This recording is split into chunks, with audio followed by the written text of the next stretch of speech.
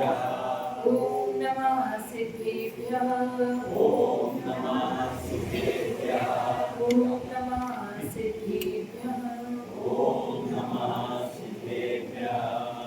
वंदो श्री अरिहंत पर बीते राग विज्ञान वरिणो बार भावना जग जीवन हित जान। जब अनंतानंद सिद्ध परमेश्वरी भगवान की देवादि देव मूलाय श्री कुंतनाथ भगवान की जब दो प्रेम पंचे की तपस्या जैसे सुंदर सागर जी देव की जो प्रेम पंचायिका स्नेहपति माता जी की आरिका संघ की जिनवाणी माता की श्रीमद जैन धर्म की माता जी के चरणों में वंदना करते हुए तीनों साधुओं के चरणों में इच्छा भी करते हुए आगम के शब्दों को आपके समक्ष रखने का प्रयास करें। हम पढ़ रहे हैं 12 भावनाओं को। तो 12 भावनाओं में हमें विचार करना है और हमें विचार ऐसा करना है कि उन विचारों से 2 काम हो जाए। पहला, हमें अपने विचारों को इतना सदृढ़ बनाना है, इतना दृढ़ बनाना है कि क्या हो जाए, हमारा आचरण में वो दिखने लगे, जो हमारा अभी वर्तमान का आचरण है वो परिवर्तन हो जाए। दूसरा क्या फायदा होना चाहिए कि जो हमारे पुराने संस्कार है वो टूट जाए, वो खत्म हो जाए और धर्म के संस्कार अपने अंदर डेवलप हो जाए। तो उन विचारों का इतना महत्व है। तो हमने अभी तक 2 विचार कर लिए। कौन सा? अनित्य और अक्षय। अनित्य भावना में हमने समझा था कि सब कुछ क्षणभंगुर है, सब कुछ नश्वर है, वस्तु कभी भी एक जैसी बनी नहीं रहती है, उसका नाश होता ही है, अनित्य है। अगर सब कुछ अनित्य है, नश्वर है, तो फिर नित्य क्या है? तो हमारी स्वयं की आत्मा जो क्या है, वो नित्य है। जो हमें दिखाई देता है वो नित्य नहीं है, जो हमें नहीं दिखाई देता है वो नित्य है। और हमें दिखाई हमारी आत्मा नहीं देती, और जो बाकी के 5 द्रव्य हैं जो शुद्ध रूप से हैं वो भी हमें दिखाई नहीं देते। तो वो सब कुछ शाश्वत है, इस चीज को हमने समझा था। फिर ठीक है कि वस्तु हमेशा बनी नहीं रहती है, नष्ट हो जाती है, नश्वर है, तो कोई बात नहीं। जब तक वो वस्तु है तब तक हम क्या कर ले, उसका यूज कर लेंगे, उसको अंदर सहारा खोज लेंगे। क्योंकि कोई भी वस्तु को हम इकट्ठा क्यों करते हैं? ताकि भविष्य में वो हमारे काम में आएगी। अगर वस्तु काम में नहीं आएगी तो कोई इकट्ठा रखने वाला है क्या? तो वो हमारे काम में आएगी, वो हमारा सहारा बनेगी, हमारा शरण बनेगी। लेकिन आचार्य देव कहते हैं अशरण भावना के माध्यम से कि वो तुम्हारा सहारा भी नहीं बन सकती, क्योंकि हर व्यक्ति का, हर वस्तु की अपनी लिमिटेशन है। वो अपनी सीमा के बाहर जाके आपकी मदद नहीं कर सकती है, तो वो भी आपको एक समय के बाद में शरण नहीं दे सकती। तो फिर शरण क्या है? क्या है? व्यवहार से क्या शरण था? सच्चे देव शास्त्र गुरु, जो पंच परमेष्ठी है, जो धर्म के नेता है, जो धर्म के गुरु है, वही हमारे लिए क्या है? शरणभूत है। और निश्चय से हमारी जो आत्मा है, ज्ञान दर्शन स्वभावी आत्मा है, वही हमारे लिए शरणभूत है। इसको हमने समझा था। फिर हम ये भी कह सकते हैं कि ठीक है, ना वस्तु हमेशा रहती है, ना व्यक्ति हमेशा रहता है, लेकिन जब तक वो रहता है तब तक क्या करता है? हमें सुख देता है, हमें बहुत खुशी होती है, हमें सुख प्रदान करता है। तो आचार्य देव तीसरी भावना के माध्यम से समझा रहे हैं कि तुम्हारा ये भी भ्रम है कि वस्तु और वो व्यक्ति तुम्हें सुख दे सकता है। क्योंकि संसार में नजर दौड़ा कर देखो, कहीं पर भी सुख है ही नहीं। हम इस संसार को, क्या है संसार की परिभाषा, क्या है? माता जी ने अभी संसार के बारे में कितना कुछ बता दिया है, रिपीट होगा मुझे ऐसा लग रहा है। हाँ, इस संसार में सब दुख है, लेकिन संसार की परिभाषा बनती है संसरणा इति संसारः, जहाँ पर क्या होता रहता है, हम एक गति में जन्म लेते हैं, एक शरीर को धारण करते हैं, फिर मरण करके दूसरा शरीर धारण कर लेते हैं। हम यही करते रहते हैं इस संसार में, एक शरीर को छोड़ा दूसरा शरीर धारण किया, दूसरे को छोड़ा तीसरा धारण किया, और ये सब कुछ होता है मिथ्यात्व के कारण, कषाय के कारण। इन दोनों की वजह से हम इस संसार में परिभ्रमण करते रहते हैं। तो जो इति संसरणता इति संसार, संसरण मतलब जो इस संसार में परिभ्रमण होता रहता है उसे कहते हैं संसार। फिर कह रहे हैं अपने छेड़ाना में आता है परिभाषा, क्या आती है? चौगति दुख जीव भरे हैं, बोलो, चौगति दुख जीव भरे हैं, परिवर्तन पंच करे हैं, सब विधि संसार सारा, यहाँ में सुख नाही लगारा। क्या कह रहे हैं? हम चौगति मतलब चारों गति में घूमे, बहुत फिरे, कितने बार घूम लिए, हमने पंच परावर्तन कर लिया। पंच परावर्तन क्या है? काल, क्षेत्र, भाव, द्रव्य, क्षेत्र, काल, भाव और भव, रूप 5 प्रकार का पंच परावर्तन किया, तो भी हमें क्या इस संसार में कहीं पर भी सुख नहीं मिला। ये जो संसार है वो असार है, इस संसार में किसी भी प्रकार से कोई भी सार नहीं। हमें लगता है कि परेशानी और दुख इस संसार में सबसे ज्यादा दुखी क्या है? हम है कि नहीं? हमें हर वक्त ऐसा लगता है कि सब सुखी है और हमारे ही जीवन में सारी तकलीफें, सारी परेशानी है। तो आचार्य देव कहते हैं अगर ऐसा है तो तुम उनके जीवन में झांक करके देखो, घुस कर देखो, तो पता चलेगा कि वो भी क्या है? दुखी है, वो भी परेशान है, पर आपको अपना ही दिखता है। तो ये एनालिसिस करो कि उनके अंदर भी दुख है। जैसे एक एग्जांपल आता है, एक व्यक्ति को संत ने कहा, वो गया व्यक्ति कि साधु महात्मा मुझे क्या कर दो, सुख होने का, सुखी होने का मंत्र दे दो ताकि मैं सुखी हो जाऊं, मैं बहुत दुखी हूं, परेशान हूं। तो साधु कहते हैं एक काम करो, तुम इस नगर में बहुत सुखी लोग हैं, बहुत खुश रहने वाले लोग हैं, सब सुखी दिखते हैं, तुम उनके पास में जाओ, उनसे कहो कि तुम्हारे जीवन में सुख है, तो उनसे एक कपड़ा मांगकर लेकर आओ। तो वो व्यक्ति जाता है, कहता है कि सब सुखी है, कौन सी बड़ी बात है। जाता है और सबसे पहले जो नगर का सेठ होता है उसके पास में जाता है और उससे कहता है कि आप बहुत सुखी मालूम होते हो, बहुत सुखी दिखते हो, आपके पास में सब कुछ है, आप मुझे एक कपड़ा दे दो। तो व्यक्ति कहता है कपड़ा क्यों चाहिए? वो व्यक्ति कहता है कि कपड़ा क्यों चाहिए?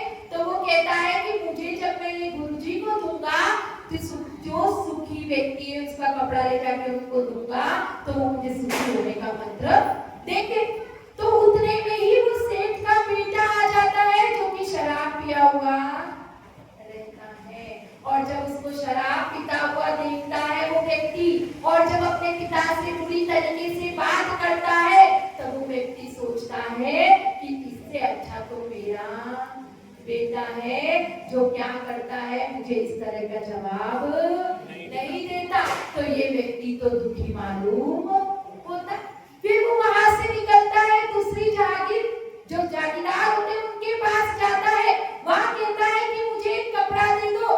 तो वो कहता है कपड़ा तो ले जाओ, लेकिन तुम्हें सुख होने का मंत्र नहीं मिल सकता। क्यों?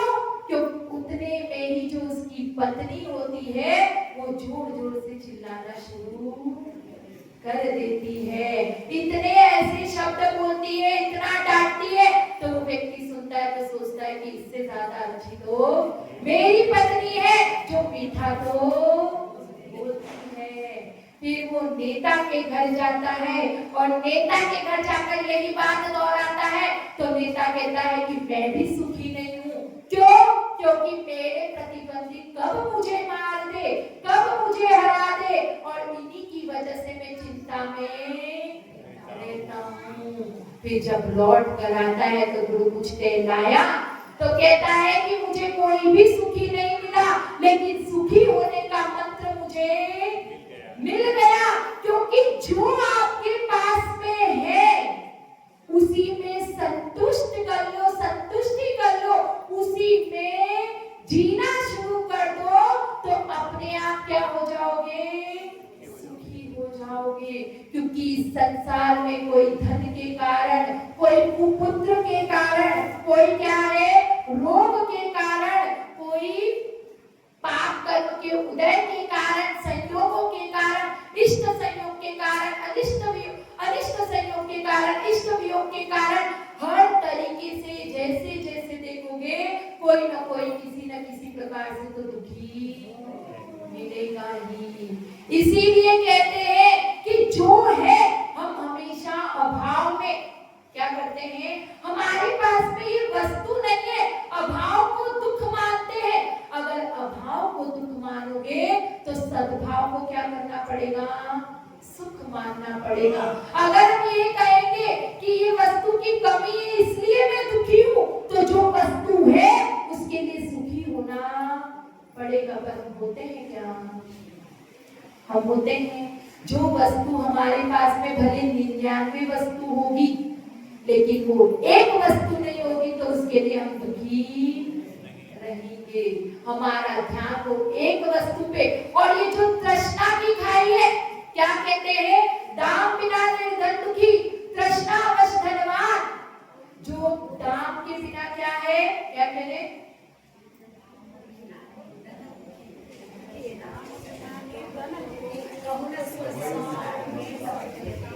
तो क्या कह रहे हैं कि जो निर्धन है वो तो धन के अभाव में दुखी है, लेकिन जो धन वाला है वो तृष्णा के कारण दुखी है, वो तृप्ति के कारण दुखी है कि उसको तृप्ति नहीं हुई है, जितना है उतना उसके लिए पर्याप्त, वो और की चाहत करता रहता है। लेकिन ये संसार में क्या है, कलश जो होता है वो बिना पेंदी का है, उसमें आप कितना भी भरते जाओ वो कभी भी भरने वाला नहीं है।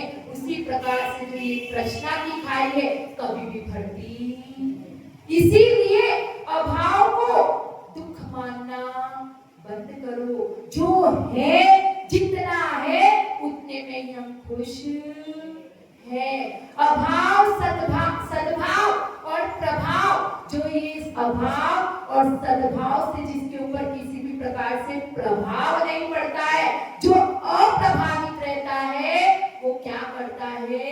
समभाव को प्राप्त होता है। उसके जीवन में समता आती है, वो उसका जीवन एकदम शांतिमय हो जाता है। हम देखते हैं कि जो हम चाहते हैं वो हमें मिले, ये हमारे हाथ में नहीं है, पर जो मिला है उसी को हम चाह ले, वो हमारे हाथ में है। समझ में आया?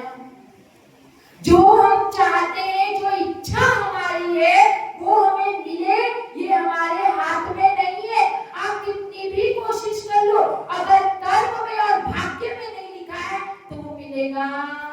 इसीलिए उसमें दुख मानना बंद करो, और जो मिला है, जितना है, वो उसको ही चाह लो, उसकी ही इच्छा कर लो, तो क्या हो जाओगे?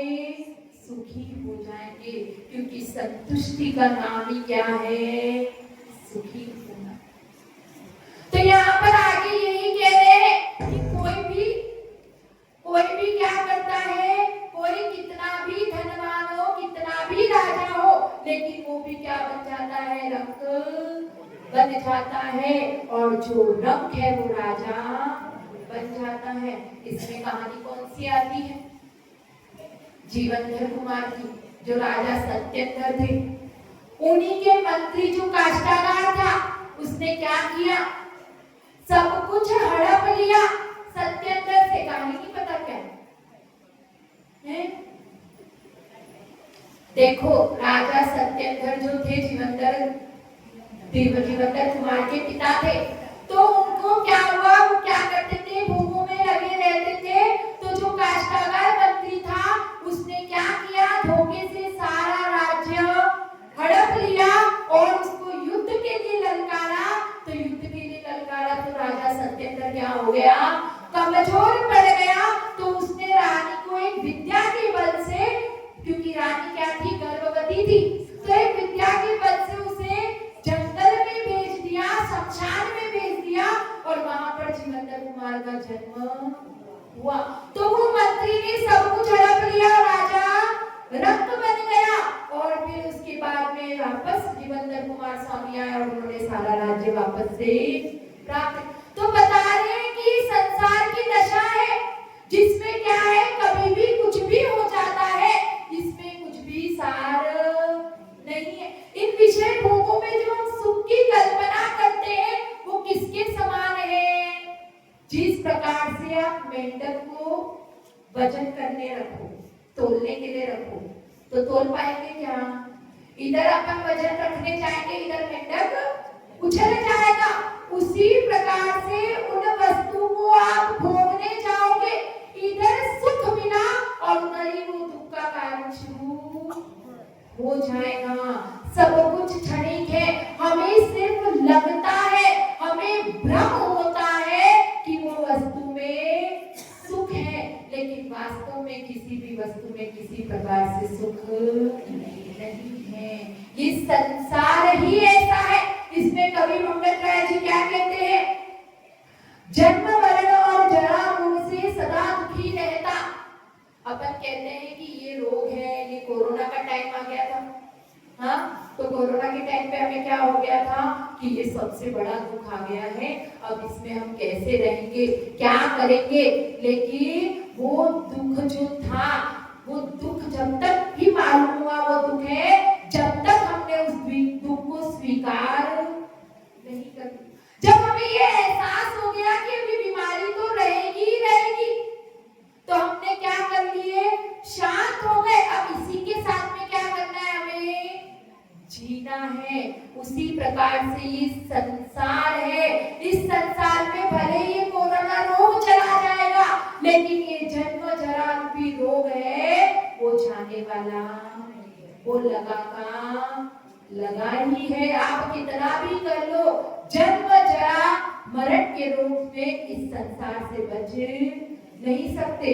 तो यहाँ पर कह रहे हैं, जन्म मरण और जरा रोग से सदा दुखी रहता, द्रव्य छिद्र और काल भाव परिवर्तन सहता। पांचों प्रकार का परिवर्तन ये जीव सहता है। चेतन भेदना नरक पशुगति वध बंधन सहना, राम उदय से दुख सुरगति में कहाँ सुखी रहना। हमने पशुपति में क्या किया, छेदन भेदन नाना प्रकार के दुख सहे, फिर हमें कुछ पुण्य के उदय से सुरगति मिली, देवगति मिल गई। लेकिन देवगति में भी क्या हुआ, उतने समय के लिए भोगों को भोगा और फिर क्या गए, एक इंद्रिय में जन्म ले लिया। तो कह रहे हैं कि रात के उदय से सुरगति मिल गई, लेकिन उसमें भी सुखी नहीं रह पाए। फिर भोग पुण्य फल हो एक इंद्रिय क्या इसमें डाली, तो उस भोगों का फल हमें क्या मिला, देव इंद्रिय में, देवगति में हमें उन भोगों का फल क्या मिला कि इतना भोगने में व्यस्त हो गए कि एक इंद्रिय में जन्म हो गया। फिर कुतवाली दिन चार रही, फिर कृपा और जानी। थोड़ा सा समय वहां पे हमने क्या कर लिया, सुख का व्यतीत कर लिया, 4 दिन बिता लिए और फिर वापस से वही कृपा और जानी मिल गई। मनुष्य जन्म अनेक विपत्ति में कहीं न सुख देखा। ये मनुष्य जन्म में हमने कहीं पर भी सुख अनेक विपत्तियों से ये संसार भरा हुआ है। तो पंचम गति सुख मिले शुभाशुभ को मेटो लेखा, और शुभ और अशुभ इसको मिटा दोगे, अशुभ और शुभ कर्मों को मिटा दोगे तो क्या प्राप्त हो जाएगा? पंचम गति प्राप्त। तो यहाँ पर कह रहे हैं कि आप किसी भी गति में चले जाओ, किसी भी प्रकार से सुख मिलने वाला नहीं है। तो फिर क्या भागे? भागना है? अगर भागेंगे भी तो भी कहाँ भागेंगे?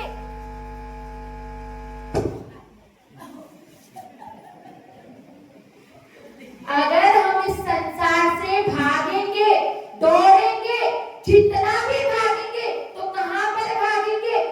भागना तो इस चार गति में ही पड़ेगा, और कोई भी गति में हमें सुख देखने को मिलता नहीं है। तो कहाँ भागे? तो फिर क्या भोगे? इस दुख को भोगते ही रहे, इसी में परेशान होते रहे। आचार्य देव कहते हैं कि भोगना भी नहीं है तो फिर क्या करें?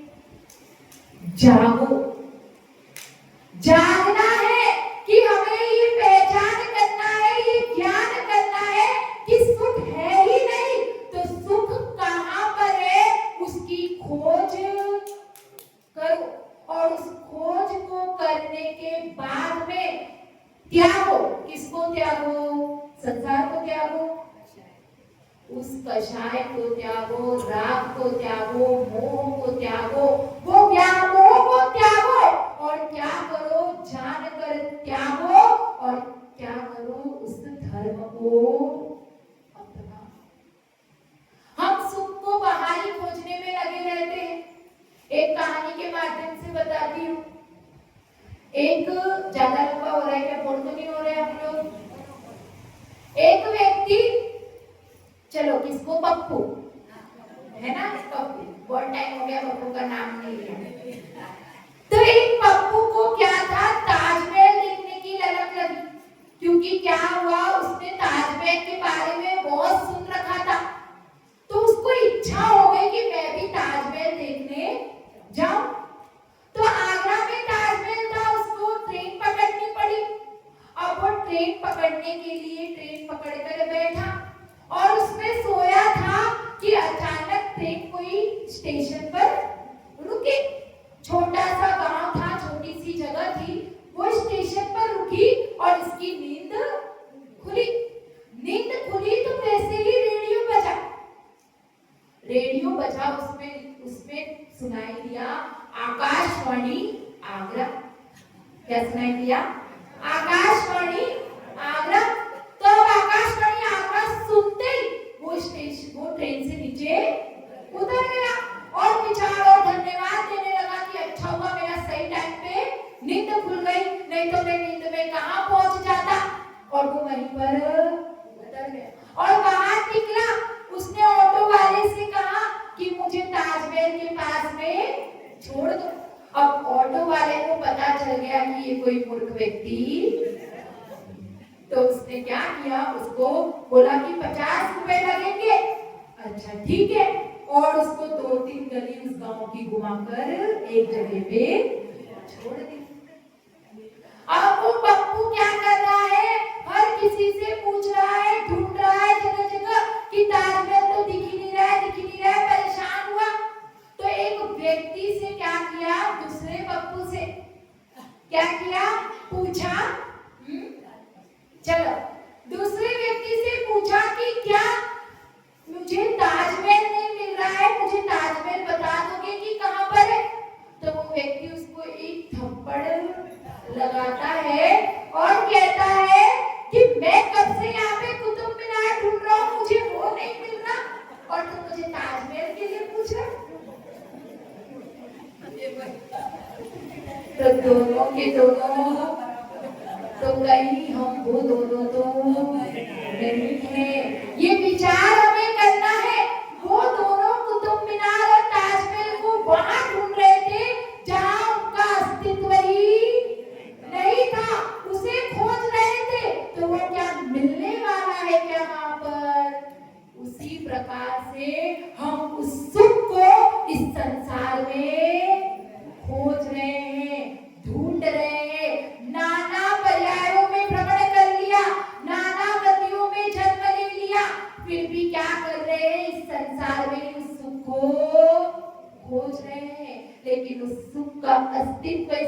संसार में है ही नहीं तो हमें वो सुख मिलेगा कहां से?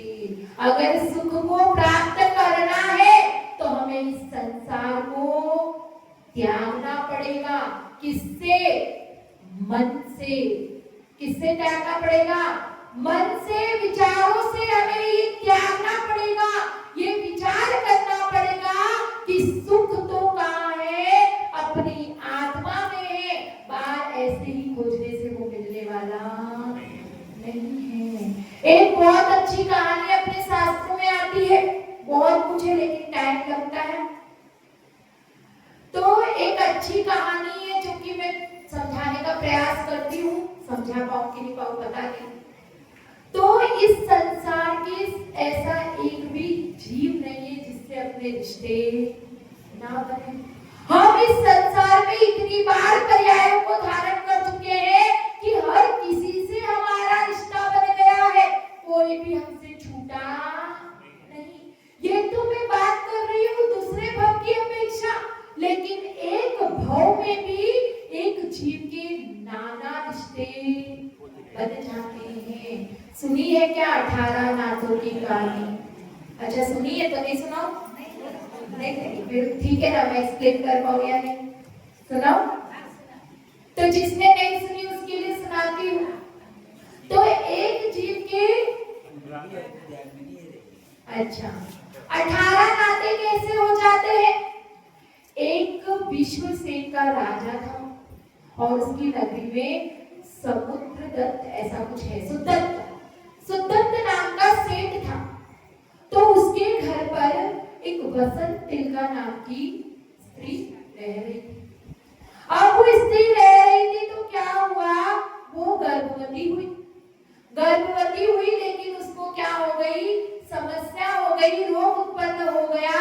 तो उस सेठ ने क्या किया, उसको घर से निकाल दिया। अब जब वो घर से निकल गई तो उसको पुत्र और पुत्री दो बच्चे हुए। अब दोनों बच्चे हुए तो उसने क्या किया, मैं पालन पोषण नहीं कर सकती, तो उसने पुत्र जिसका नाम था धनदेव, उसको दक्षिण की ओर ले जाकर कंबल में लपेट के रख दिया। पुत्री का नाम कमला, उसको ले जाकर उत्तर की ओर रख दिया। अब उन दोनों को अलग अलग परिवार ले गया और इतना दूर दूर वो रहने लगे, वो दोनों एक दूसरे को जानते तक नहीं थे, पहचानते तक नहीं। अब संयोग ऐसा हुआ, कर्म का ऐसा उदय आया, कुछ कुसंस्कारों के वशीभूत होकर उन दोनों का विवाह हो गया। और उन दोनों का विवाह होने के बाद में कुछ समय बाद धनदेव क्या गया, उस जगह पर जहां पर वसंत तिलका रहती थी वहां पर पहुंचा, उसके घर में गया, वहां पर गया, रहने लगा। तो वहां पर क्या हो गया, उसको वरुण नाम का पुत्र, जो वसंत तिलका धनदेव की मां थी। ऐसा फिर वो जब एक समय में ऐसा होता है कि मुनिराज वहां पर आते हैं, तो जो कमला होती है वो मुनिराज के दर्शन करने जाती है और अपने पूर्व भव का दृष्टांत कहने को कहती है। तो मुनिराज उसे बताते हैं कि पूर्व भव में एक सोम शर्मा नाम का ब्राह्मण था। वो क्या था, वो ब्राह्मण था, उसकी पत्नी का नाम काश्यपी था और उसके अग्निभूति और सुमित्रभूति कुछ नाम, दोनों भूति नाम है। तो वो दोनों भूति पुत्र थे। तो क्या बोला कि वो जब विद्या अर्जन करके लौट रहे थे तो रास्ते में उन्होंने मार्ग में एक आरिका को, अपने पुत्र को, जो पुत्र मुनिराज थे उनसे हालचाल पूछते देखा और एक दूसरी आरिका को जो ससुर मुनिराज थे उनसे हालचाल पूछते हुए देखा। और इन्होंने आरोप लगाया कि बुढ़े को जवान मिल गई और जवान को बूढ़ा मिल गया। ऐसा आरोप उन्होंने लगाया और उसी भावों से वो लोगों का मर के मरण होकर जो पत्नी थी वो तो बनी वसंत तिलका और जो ब्राह्मण था वो बना है वरुण, और जो सोमपुत्री और अग्निपुत्री बने हैं धनदेव और कमला। तो उसको जाति स्मरण हो जाता है कमला को, और वो क्या करती है, और व्रतों को धारण कर लेती है, और फिर वो जाती है वरुण को झूले में झुलाने लगती है, और उससे कहती है, नाना प्रकार के रिश्ते उसको समझाती है। वो सब मैं 2-3 बताती, फिर आप लोग कैलकुलेशन कर ले। तो वो बताती है कि तुम मेरे पति के पुत्र हो तो मेरे भी पुत्र हुए, और तुम मेरे पति के क्या हो, भाई हो, क्योंकि जो बसंतिका थी वो उन दोनों की माँ थी। तो उस हिसाब से तुम मेरे देवर हुए, और तुम मेरे माँ के बेटे हो तो मेरे क्या हो गए, भाई हो गए। और बसंतिका मेरी माँ है, और साथ में क्या हो गई, सौतन हो गई। मेरा पति मेरा पिता बन गया, और तुम मेरे पति के, जो कि क्या है, मेरा भाई भी है, उसके तुम क्या हो, बेटे हो, तो मेरे भतीजे बन गए। और क्या बताया कि तुम्हारी माँ मेरी सास भी लगती है, और तुम अपने, जो तुम्हारा पिता है धनदेव, उसकी माँ बसंतिका तुम्हारी क्या लग गई, दादी लग गई। तो ऐसे करके वो न जाने क्या क्या काका भी लगता है वरुण। कैसे लगता है कि उसकी, जो उसका धनदेव पिता है, उसका वो क्या लगता है, भाई। तो इस प्रकार से तुम मेरे काका हो गए। तो एक ही पर्याय, एक ही भाव में न जाने कितने प्रकार के रिश्ते बन गए। तो हमने तो कितने भवों को धारण किया है, तो उन भवों में हमने न जाने कौन कौन से रिश्ते बनाए हैं। तो ये संसार है। तो देखते हैं क्या कहते हैं कबीर, चलती चक्की देख कर दिया कबीरा रोए, दो पाटन के बीच में साबुत बचाना होए। ये जन्म और मरण का दोनों पाटा, ये क्या कर रहा है, कंटिन्यूअसली चल रहा है। और इसमें जो ये संसारी प्राणी है, कोई भी बच नहीं सकता। कितनी भी कोशिश कर लो, ये जन्म मरण के चक्र से हम बच नहीं सकते। तो अगला एक और दुआ लिखा जाता है, चलती चक्की देखकर हंसी आवे मोए। क्या, चलती चक्की देखकर हंसी आवे मोए, कीली से जो लग गया पिस सके ना कोई। जो इस जन्म मरण के चक्कर में भी, इन पाटों के बीच में भी जो कीली से लग जाता है, उसको गेहूं पिसता है क्या, वो दाना पिसता है क्या, उसी प्रकार से जो धर्म से लग जाता है, जो भगवान की शरण में चला जाता है, जो आत्मा में लग जाता है, जो रत्नत्रय को धारण कर लेता है, वो इस संसार के चक्र में पिसता नहीं है। वो इससे क्या हो जाता है, रहित हो जाता है। तो लास्ट में इतना ही, ये संसार में, संसार दुखों की खान है। जिस प्रकार से जो खांड लगा हुआ जहर कैसा है, थोड़ी सी शक्कर लगी हुई जहर है, ऊपर से तो मीठी लगती है, बाद में वो जहर का काम करती। जिस प्रकार से शहद लपेटी हुई तलवार होती है, आप तलवार पे शहद लपेट लो, जैसे वेदनी कर्म का 9 कर्म क्या है, शहद लपेटी हुई तलवार। तो वो तलवार को आप क्या करो, जीभ पे लगाओ तो शहद का स्वाद आएगा, और फिर वो जीवान को काट देगी। उसी प्रकार से संसार में वो वस्तु है जो पहले तो हमें वो विषय भोग सुख की अनुभूति देते हैं, बाद में वही हमें क्या करता है, दुख का कारण बनता है। जिस प्रकार से कस्तूरी तो उस हिरण की नाभि में ही रहती है, लेकिन उसकी सुगंध में वो क्या करता है, चारों तरफ घूमता रहता है।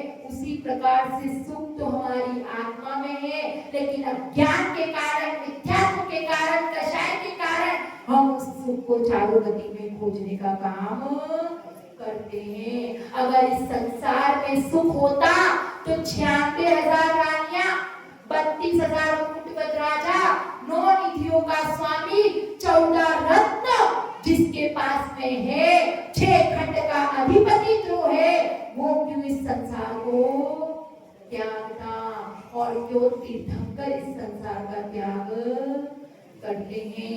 तो इन सब से मालूम पड़ता है कि इस संसार में लेश मात्र भी सुख नहीं है। हम इस संसार में दुख ही दुख मिलने वाला है, लेकिन जो इस दुख को क्या कर लेता है, अपना लेता है, एक्सेप्ट कर लेता है, वो सुखी हो जाता है। क्योंकि जिसने दुख को मान लिया कि ये संसार में तो सिर्फ दुख ही दुख है, जिसने एक्सेप्ट कर लिया वो कभी भी दुखी नहीं हो सकता है, क्योंकि उसको ज्ञान हो गया है, वो जान गया है कि यहाँ सुख नहीं, और जहाँ सुख है वो वहां पर खोजने चला जाता है।